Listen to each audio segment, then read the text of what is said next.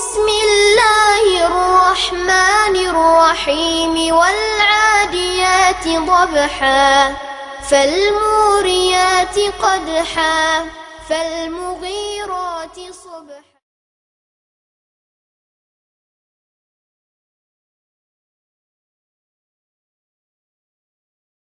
அல்லாஹு அக்பர், அல்லாஹு அக்பர், அல்லாஹு அக்பர். அஸ்ஸலாமு அலைக்கும் வரஹ்மத்துல்லாஹி வபரகாத்துஹு. கண்ணியத்திற்குரிய பெரியவர்களே, தாய்மார்களே, சகோதர சகோதரிகளே, வியாபார பெருங்குடி மக்களே, பிரமத தொப்புள் கொடி சகோதர சகோதரிகளே, காவல்துறை, பத்திரிகை துறை மற்றும் உளவுத்துறை அன்பர்களே,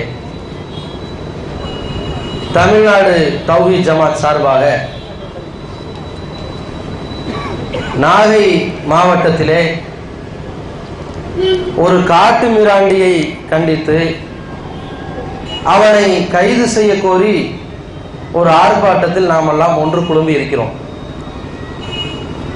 இந்த சந்தர்ப்பத்தில் பார்க்கக்கூடிய பொதுமக்கள், என்னடா இது, தௌஹீத் ஜமாத் ஒரு ஆர்ப்பாட்டத்தை அறிவித்திருக்கிறது, அதுல கைது செய்யப்பட வேண்டிய நபர் ஒரு முஸ்லிம் பெயர் தாங்கியாக இருக்கிறார், சம்சுதீன்கிற பேர்ல ஒருத்தரை கைது செய்ய சொல்றாங்க, இவங்க சமுதாயத்துக்குள்ள என்ன பிரச்சனை என்று நினைக்கலாம்.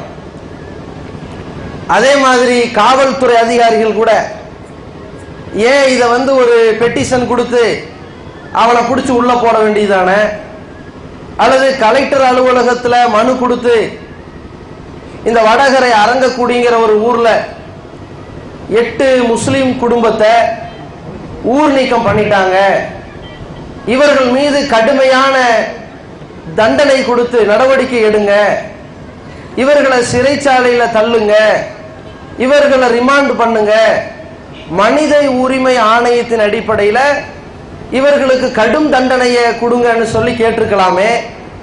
அல்லது இவர்கள் விஷயமா ஒரு ஆர்டிஓ போட்டு பீஸ் மீட்டிங் நடத்தி பேச்சுவார்த்தை நடத்தி சமாதானம் பண்ணிருக்கலாமே. ஏன் எடுத்தெடுப்புல இப்படி ஆர்ப்பாட்டத்தில் இறங்கணும் என்று காவல்துறை அதிகாரிகள் அல்லாமல் காவல்துறை ஆய்வாளர்கள், ஆங்காங்கே நின்று கொண்டிருக்கக்கூடிய காவல்துறை சகோதரர்கள் நினைக்கலாம்.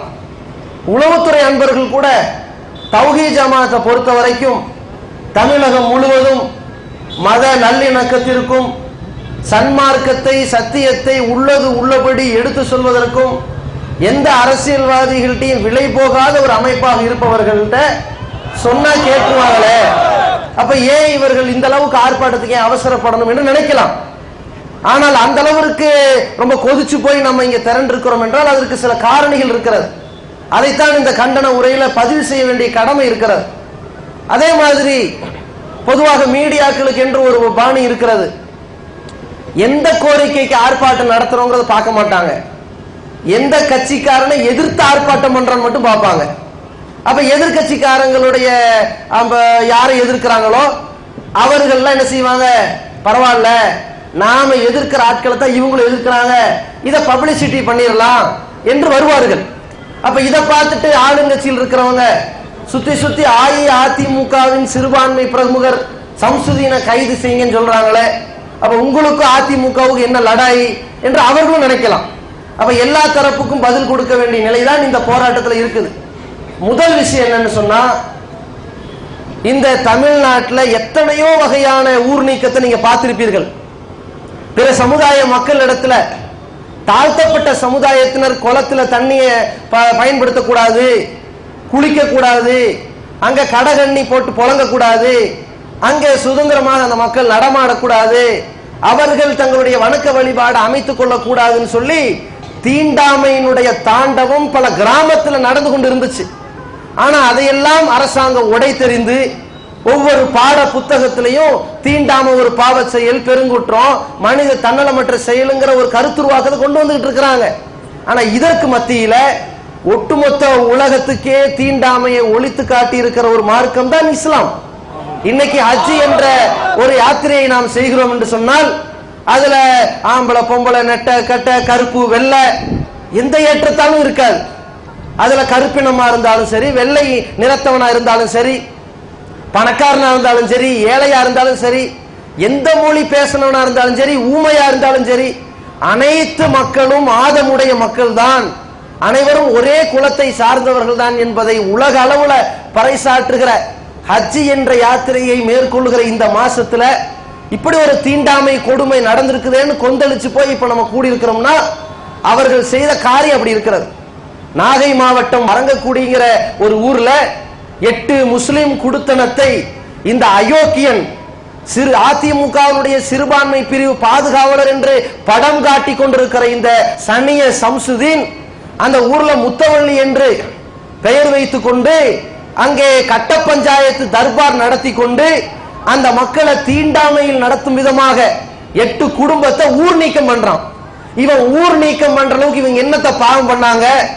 தௌஹீத் ஜமாத்தினுடைய இந்த சகோதரர்கள் வணக்கத்திற்கு தகுதியானவன் அல்லாஹ் ஒருத்தன் தான் சொன்னது என்ன தப்பு? அல்லாஹ்வுடைய தூதரைத்தான் நாங்க பின்பற்றுவோம்னு சொன்னது என்ன தப்பு நடந்து போச்சு? அவர்கள் சொன்ன கொள்கையில எந்த கரை இருக்குது காட்ட முடியுமா? அட எந்த விதமான கொஸ்டின் பண்ண முடியாம சத்திய கொள்கை ஏத்திருக்கிறாங்க. ஒரு கல்யாணம் நடக்கும் போது ஒரு ஆம்பளத்தனமா வரதட்சணை வாங்காம மகர் என்ற மனக்கொடைய பொண்டாட்டிக்கு கொடுத்து கல்யாணம் பண்றான்னு ஒரு ஆண்மைத்தனத்தை போதிக்கிறாங்க. அது குற்றமா? வட்டிங்கிற நரக படுகொலில போய் விழுந்துராதீங்க, வட்டி இல்லா கடன் திட்டத்தை பள்ளிவாசல்ல அமல்படுத்துங்கன்னு சொன்னாங்க. அது குற்றமா? பள்ளிவாசல் நடத்துறீங்களடா, நீ வக்ஃப் போர்டினுடைய அதிகாரி மாதிரி நடந்துகிட்டு இருக்கிறையே, உன் பள்ளிவாசல்ல கணக்கு கரெக்டா வைன்னு சொன்னாங்களே, அது குற்றமா? நீ குடிச்சிட்டு கும்மாளம் அடிச்சிட்டு பள்ளிவாசல் ஜன்னலை எல்லாம் உடைச்சிட்டு அந்த பள்ளிவாசல்ல ஃபுல்லா அந்த பிராந்தி பாட்டில்களை உடைச்சு கூத்தடிச்சுக்கிட்டு இருக்கிறையே, அந்த கூத்துக்கு முடிவு கட்டுன்னு சொன்னாங்க. அது குற்றமா? மக்கள் பில்லி சூனியம்ங்கிற பேர்ல ஏமாந்து மாந்திரீகம் மந்திரம்ங்கிற பேர்ல நாசமாயிட்டு இருக்கிறாங்களே, அந்த மூட நம்பிக்கை கூடாதுன்னு சொன்னது குற்றமா? முஸ்லிம்கள் மீது வழக்கு போடப்பட்டால் அந்த வழக்கை ஜனநாயக வழியில சட்ட ரீதியாக சந்திக்கணும்னு மக்கள்கிட்ட போராட்டம் நடத்துறாங்க. இது குற்றமா? அட ஜாதி மத வேறுபாடு பார்க்காம ரத்த தானம் செய்யுங்க, மருத்துவ உதவி செய்யுங்கன்னு சொன்னது குற்றமா? எந்த பிரச்சனை வந்தாலும் ஒரு ஏழை எளிய மக்கள் பாதிக்கப்பட்டால், ஒரு விதவை பாதிக்கப்பட்டிருக்கிறாங்க, ஒரு அனாதை பிள்ளை பாதிக்கப்பட்டிருக்கிறான், ஒரு வயோதிகன் பாதிக்கப்பட்டிருக்கிறான், இவனுக்காக உதவணும்னு சொன்னது குற்றமா? அப்போ இதுதான் அவர்களுக்கு பெரிய குற்றமாக இருக்கிறது. நம்மளை ஊர் நீக்கம் பண்ணியிருக்கிறானே இந்த சம்சுதீன், இந்த 8 குடும்பத்தை ஓரம் கட்டி இருக்கிறானே, அதற்கு என்ன காரணம்? இதுதான் காரணம். வேற ஏதாவது சொல்ல முடியுமா? அட துல்லியமான ஆதாரம் போட்டு ஏதாவது சொல்ல முடியுமா?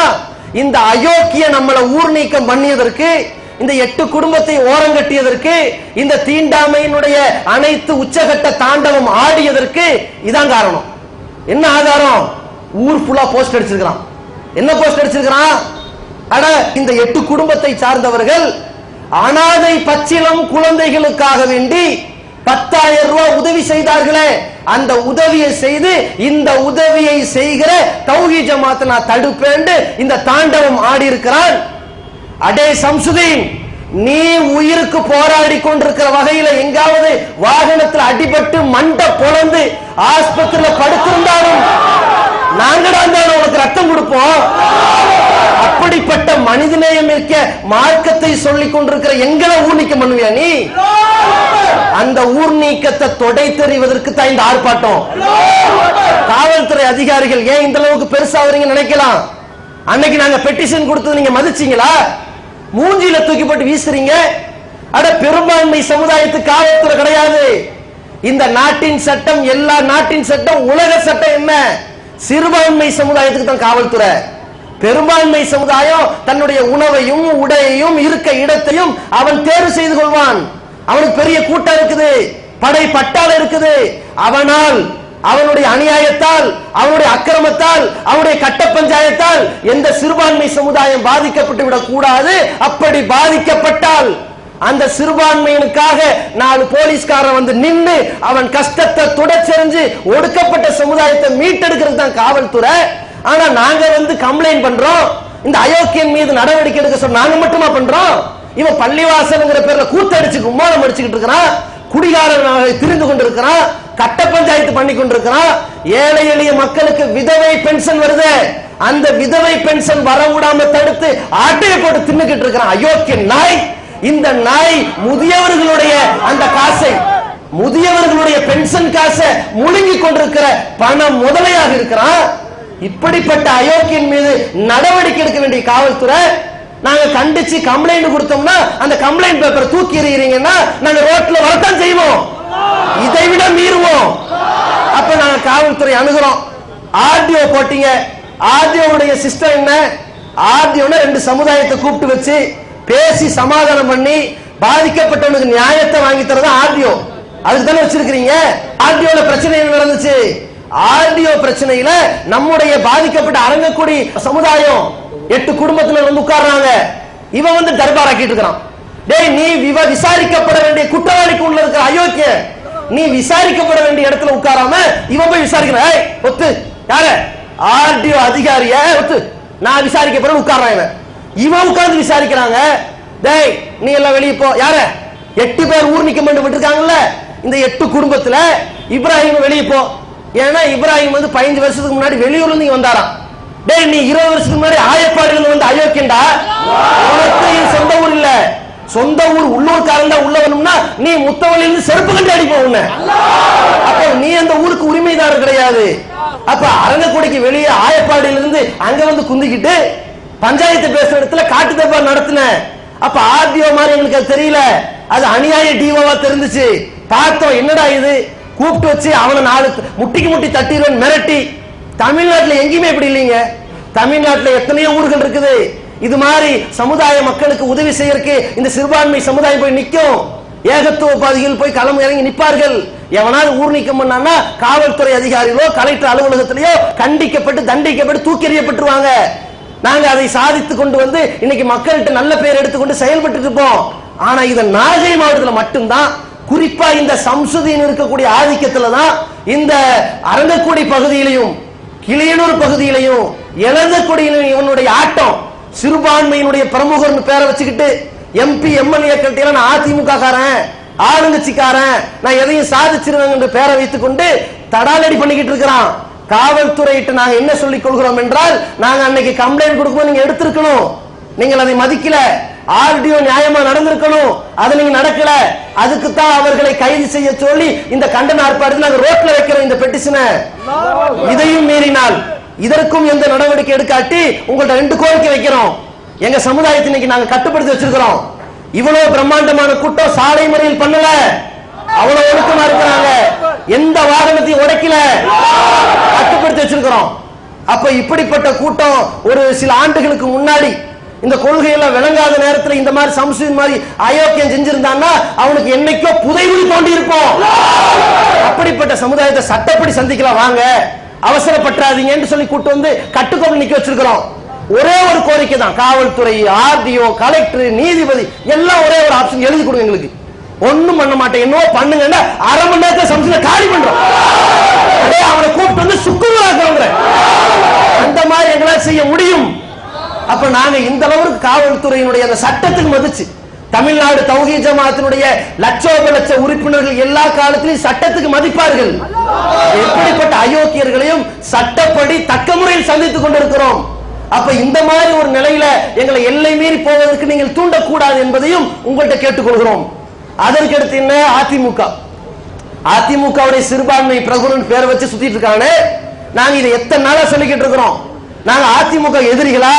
எங்களுக்கு எந்த கட்சிக்காரன் திமுகவும் சரி, அதிமுகவும் சரி, மதிமுகவும் சரி, தேமுதிக யாரா இருந்தாலும் சரி, யாரு எங்களுக்கு எதிரியும் கிடையாது, நண்பனும் கிடையாது. எங்க சமுதாயத்திற்கு இடஒதுக்கீடு கொடுத்தா ஆதரிப்போம், அது யாரா இருந்தாலும் சரி. இடஒதுக்கீடு கொடுக்க மறுத்தா தூக்கி எறிவோம், அது யாரா இருந்தாலும் சரி. இதுதான் எங்களுக்கு அரசியல் நிலைப்பாடு. நாங்க அரசியல் கிடையாது, அரசியல் கட்சி கிடையாது, சிறந்த அரசியல்வாதிகளை தீர்மானிக்கிற இயக்கம். அப்படிப்பட்ட இயக்கத்தில் அதிமுக சுட்டி காட்டி சொல்றது காரணம், இவன் அந்த பேரை வச்சு சுத்திக்கிட்டு இருக்கிறான். அதிமுக ஸ்டண்ட் என்ன? யாரெல்லாம் மந்திரி பதவி பெறுகிறார்களோ அதுக்கு முந்தின நாள் வரைக்கும் நல்லா தூங்கி இருப்பாங்க. மந்திரி பதவிக்கு ஆளாயிட்டாங்கன்னா தூக்கம் வராது. இனிமேல் உட்கார்றது கூட நிமிர்ந்து உட்கார முடியாது. அவனால சேர்ல உட்கார்ந்தாலும் கூட எப்படா இருக்கை காலிய தூக்கிடுவாங்க, எப்ப சேர உருவிங்கிறாங்கன்னு தெரியாது. அவ்வளவு பயங்கரமான கண்ட்ரோல் இருக்குது. அத்துமீற முடியாது, தாண்டவம் ஆட முடியாது, கட்ட பஞ்சாயத்து பண்ண முடியாது, அவ்வளவு ஸ்ட்ரிக்ட் இருக்குது. கொஞ்சம் குனிஞ்சா பிரச்சனை இல்ல, காலில் விழுந்துக்க, நிமிந்தா ஓடி போயிடுவாங்க. அடே மந்திரிகளே ஆட்டம் போட்டுக்கிட்டு இருக்கும்போது நீ சிறுபான்மை காவலர்னு சொல்லி இருக்கிற விதவை பெண்களுடைய பென்ஷனை எல்லாம் வயிற்றுல தூக்கி போட்டுக்கிட்டு அப்பாவி குடும்பத்து மீது கட்ட பஞ்சாயத்து பண்ணி மனித மிருகமாக எந்த அளவு இருக்குன்னு சொன்னா இவனுடைய அந்த அரக்க குணத்தினுடைய உச்சகட்டம். சில மாதங்களுக்கு முன்னால் கிளியனூர்ல ஒரு குழந்தை, அப்படியே பச்சிலம் குழந்தை, இறந்த நிலையிலே பிறந்திருக்கிற குழந்தை, அந்த குழந்தை பாதிக்கப்பட்டு இருக்கிறது. அதே மாதிரி டெங்கு காய்ச்சல்ல பாதிக்கப்பட்ட ஒரு குழந்தை இருக்குது. அந்த குழந்தைய அவர்களுடைய பெற்றோருடைய விருப்பப்படி அடக்கம் செய்ய விடாம அந்த சடலத்தை புடுங்கிட்டு போய் இவன் அடக்கம் பண்ணான். அவனுடைய வழிப்படி அடக்கம் பண்ணான். பள்ளிவாசல்ல போய் நியாயம் கேட்டு இவர்களை ரவுண்டு கட்டி அடித்தார்கள். இவ்வளவு கொடுமைப்படுத்தி காட்டு மிராண்டித்தனத்தை கையை களமிறங்கி செய்தது எதை பேரை வச்சுக்கிட்டு? நான் அதிமுக பிரமுகரு, என்ன எவனும் ஒண்ணு பண்ண முடியாது அப்படின்னு தானே சொல்ற. அப்ப அதிமுக நாங்க பேசுறோம். இப்ப என்ன பேரம் தெரியுமா? ஒட்டுமொத்த நாகை மாவட்டத்துக்கு ஒரு சீட் இருக்குது. ஒன்றை புரிந்து கொள்ளுங்கள், இந்த மாயவரம் பக்கத்தில் இருக்கிற ஒரு தொகுதிய அதிமுக அடையணும்னு நினைச்சீங்கன்னா இவனை தூக்குங்க. இல்லைன்னு சொன்னா ஜெயலலிதா அவர்கள் புரிந்து கொள்ளட்டும், 40ல் 1 காலி. அத இந்த அதிமுக அலுவலகத்துக்கு தெரியப்படுத்திக் கொள்கிறோம். இந்த சிறுபான்மை சமுதாயத்தினுடைய எதிரியாகவும் அரக்கனாகவும் கொடூரனாகவும் காட்டு மிராண்டியாகவும் தான் சம்சுதீன் இருக்கிறானே தவிர அவன் பாதுகாவலன் கிடையாது. எந்த அளவு இருக்குன்னு சொன்னா பூனைக்கு மணி கட்டுறது யாருடான்னு தேடிக்கிட்டு இருக்கிறாங்க. அரங்கக்குடியில, இளந்தக்குடியில, கிளியனூர்ல இந்த அநியாயத்தை தட்டி கேட்கிற ஒரு நியாயவான்கள் வரமாட்டார்களா என்றாங்க. தௌஹீத் ஜமாத் வந்திருக்கிறது. இவனுக்கு மணி கட்ட நாங்க வந்திருக்கிறோம். அதே நேரத்தில் அதிமுக இவர்கள் மீது சட்ட ரீதியாக கட்சி ரீதியாக நடவடிக்கை எடுக்க வேண்டிய கடமை இருக்குது. அரசாங்கம் சட்ட ரீதியாக நடவடிக்கை எடுக்க வேண்டிய கடமை இருக்கிறது. இன்னொன்றையும் உங்களுக்கு பதிவு செய்து கொள்கிறோம். பள்ளப்பட்டி என்கிற ஊர், கரூர் மாவட்டம் பள்ளப்பட்டிங்கிற ஒரு ஊர்ல கூட பள்ளிவாசல் நடத்தக்கூடாது, ஒரு அலுவலகமா நீங்க செயல்படக்கூடாது, ஊர்ல நீங்க இயங்கக்கூடாது என்று தடுத்தார்கள். அவங்க கூட புதைக்கிறதுக்கு பள்ளம் தோன்றதுக்கு தடை செய்யல. ஆனா இந்த அயோக்கிய இறந்தவர்களுடைய உரிமையை மீறி, மனித ஒரு உரிமையை தாண்டி இறந்தவர்களுடைய பெற்றோர்களுடைய அனுமதி இல்லாம கட்ட பஞ்சாயத்து செய்து அந்த சடலத்தை அடக்கம் பண்ணியிருக்கிறான். இந்த அயோக்கியன் மீது எத்தனை வழக்குகள் போட்டாலும் தகும். அப்படிப்பட்ட இந்த அயோக்கியன் மீது நடவடிக்கை எடுக்காம காவல்துறை மெத்தன போக்கு காட்டுகிறது. உரிய தகவலை நீங்க மேலிடத்தில் வைக்கிறது இல்ல. கலெக்டர் அலுவலகம் வரைக்கும் மெத்தன போக்கு காட்டுகிறீர்கள், ஆர்டிஓ வரைக்கும் மெத்தன போக்கு காட்டுகிறீர்கள். பத்திரிகையும் சரி, உளவுத்துறையும் சரி, இதை மூடி மறைக்கிறீர்கள். அதிமுக கட்சியில உள்ள இவங்களுடைய எதிரிகள் இருப்பாங்களே, இந்த சம்சுதீனுடைய எதிரி, இப்ப எழுது வண்டி வண்டியா குற்றச்சாட்டு. இவன் மேல எந்த அளவுக்கு சிறுபான்மை மக்கள் கொந்தளிச்சிருக்கிறாங்க, எவன்ட்டே இவனுக்கு நல்ல பேர் கிடையாதுங்கிற தகவலை நீங்க எழுதுங்க. அதே நேரத்தில் இங்கே வந்திருக்கிற ஏகத்துவவாதிகளுக்கு ஒரு ரிசல்ட்டை சொல்லிக்கிறோம், காவல்துறைக்கு ஒரு தகவலாகவும் சொல்லிக்கிறோம். எங்க ஏகத்துவவாதிகள், தௌஹீத்வாதிகள், இறைவன் ஒருவனை மட்டும் நம்புபவர்கள் இந்த உலகத்துல எவனுக்கு பயப்பட மாட்டார்கள். மறுமையில இறைவன் முன்னால் நம்ம நிக்கணுமே, பதில் சொல்லணுமேங்கிற ஒரு காரணத்துக்கு தான் இந்த சட்டப்படி நாங்க இந்த போராட்டத்தை நடத்திக்கிட்டு இருக்கிறோம். அந்த மாதிரி இருக்கக்கூடிய எங்களிடத்தில் இருக்கிற ஒரே ஒரு ஆறுதல், நாங்கள் இந்த பிரச்சனையை ஒரு பக்கம் சட்டப்படி சந்தித்துக் கொண்டிருக்கிறோம். வேற எந்த ஊர்ல இந்த அநியாயம் அரங்கேற கூடாது என்பதற்காக சட்டப்படி சந்தித்துக் கொண்டிருக்கிறோம். இன்னொரு பக்கம் எந்த சடலத்தை அடக்கம் செய்ய விடாமல் அவர்களுடைய பெற்றோரை அலக்களித்தானோ அன்றைக்கே இறைவன் முன்னால் கையேந்தி விட்டோம். இவர்களுக்கு கடுமையான தண்டனையும் இழிவையும் கொடி இறைவா என்று இந்த சமுதாயம் கையேந்தி விட்டது. சரியான பதிலடி சம்சுதீனுக்கு விரைவில் இருக்கும் இன்ஷா அல்லாஹ். அதே நேரத்தில் நாங்கள் பகிரங்கமான ஒரு தகவலையும் பதிவு செய்து கொள்கிறோம். நீங்க எங்களுடைய ஊர்ல, அதாவது அரங்கக்குடியில இனிமேல் எந்த விதமான தௌஹீத் ஜமாத் அலுவலகம் நடத்தக்கூடாது என்று ஆர்டிஓ ஒரு தகவல் சொல்லி இருக்கிறது. இந்த கட்ட பஞ்சாயத்து சம்சுதீனுடைய தூண்டுதலின் பெயரால் அதே மாதிரி தொழக்கூடாதுன்னு சொல்லி இருக்கிறது, பெருநாள் தொழுகை நடத்தக்கூடாது சொல்லி இருக்கிறது. இந்த மூன்றுக்கும் நாங்கள் சொல்லக்கூடியது, இனிமேல் நாங்கள் ஒரு அலுவலகத்தை உண்டாக்குவோம், வரக்கூடிய ஜும்மாவை அங்கே பிரகடனப்படுத்துவோம், அடுத்த அஜ்ஜு பெருநாள் அரங்கக்குடியில் நடக்கும். நீ 8 பேரை தூக்கி எறிந்தால் ஒட்டுமொத்த அரங்கக்குடியும் ஒன்னை தூக்கி எறியும் என்பதை சொல்லி, அதற்கு காவல்துறை அதிகாரிகள் சிறுபான்மை சமுதாயத்திற்கு உரிய பாதுகாப்பு வழங்கும்படியும் இந்த அயோக்கியனை சட்ட ரீதியாகவும் கட்சி ரீதியாகவும் நடவடிக்கை எடுக்கும்படியும் கேட்டுக்கொண்டு இந்த உரையை நிறைவு செய்கின்றேன். அஸ்ஸலாமு அலைக்கும் வரஹ்மத்துல்லாஹி வபரகாத்துஹு.